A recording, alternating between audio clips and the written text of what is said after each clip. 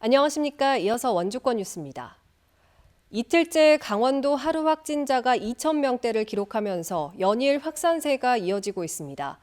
오늘 0시 기준 강원도 일일 확진자는 2,204명으로 전날보다 195명, 직전주 같은 요일보다 1,157명이 늘었습니다. 시군별로는 원주 460명, 횡성 52명, 영월 25명, 평창 27명 등을 기록했습니다.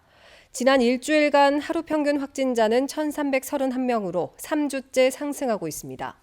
도내 치료 중인 위중증 환자는 10명, 누적 사망자는 878명입니다. 민선 8기 원주시장직 인수위원회가 그동안의 활동을 마무리하는 업무 보고 브리핑을 열고 공약 점검과 재검토 사업 선별, 조직 개편안 등을 밝혔습니다. 인수위원회는 원광수 시장이 제시한 137건의 공약을 최대한 이행하고자 했으며 살구꽃 축제 1건을 제외한 136건의 우선순위를 정했다고 밝혔습니다. 또 간현 관광지 개발, 댄싱 카니발 축제, 바람길 숲 조성 사업 등 9개 사업에 대한 면밀한 재검토를 통해 예산 낭비를 줄이겠다고 밝혔습니다. 이와 함께 원주의 경제 산업을 전담하는 산업경제국을 신설하고 162개에 달하는 위원회도 간소화할 것을 제안했다고 밝혔습니다. 진실 화해를 위한 과거사 정리위원회가 도내에선 처음으로 영월의 민간인 희생 사건의 진실을 규명했습니다. 영월 군경 민간인 희생 사건은 1949년과 1951년 영월군 지금의 김삿간면 주민 6명이 좌익 혐의로 대한청년단과 국민방위군에 희생된 사건입니다. 희생자들은 농민들로 60세 이상 노인 2명과 부녀자 1명, 2살 아이 1명도 포함됐습니다. 진실화해위는 국민방위군은 군 조직이고 대한청년단은 경찰의 지휘를 받은 만큼 불법으로 민간인을 살해한 행위의 최종 책임은 이들을 관리 감독하는 국가에 있다고 판단했습니다. 이에 국가는 희생자들에게 공식 사과하고 피해 명예회복 조치와 역사기록 수정 등의 노력을 할 것을 권고했습니다.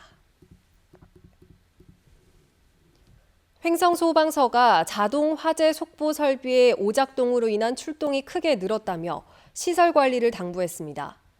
지난달부터 지금까지 횡성 지역에서 속보기의 오작동으로 출동한 건수가 모두 50건으로 4월부터 5월까지 16건보다 2배 이상 크게 늘었습니다.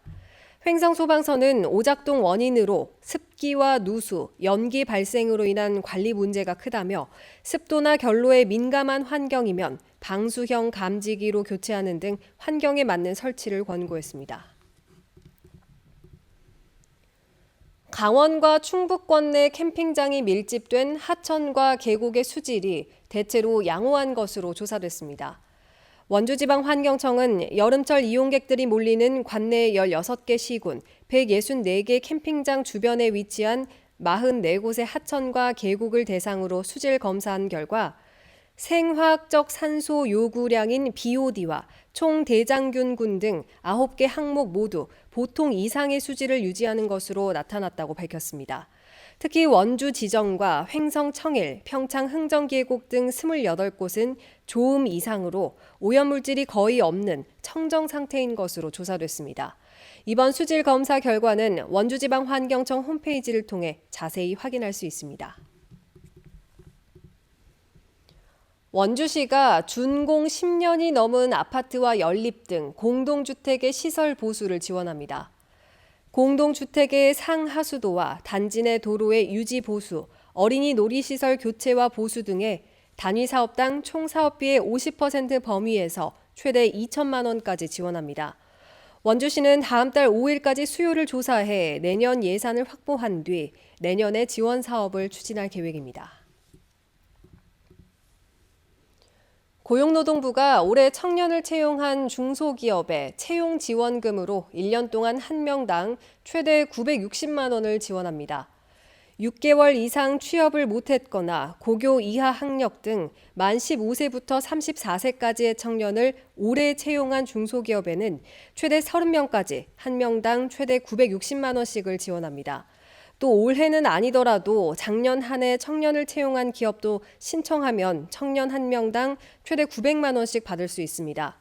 노동부 원주지청은 이런 제도를 몰라 신청을 못하는 중소기업이 많다며 채용 지원금 찾아주기 운동을 벌이고 있습니다. 춘천지법 원주지원은 공사자금 대출 브로커 비용을 빌려달라며 동업자에게 청탁금 5억 원을 빌린 뒤 개인 채무에 써버린 48살 인모 씨에게 징역 2년에 집행유예 3년을 선고했습니다. 또 업체 신탁금을 받기 위해 동업자의 인감으로 몰래 위조 문서를 만든 혐의도 유죄로 인정했습니다. 재판부는 피해자의 재산과 신용 손실이 크지만 인 씨가 빌린 돈을 대부분 돌려준 점을 감안했다고 판시했습니다. 뉴스를 마칩니다. 고맙습니다.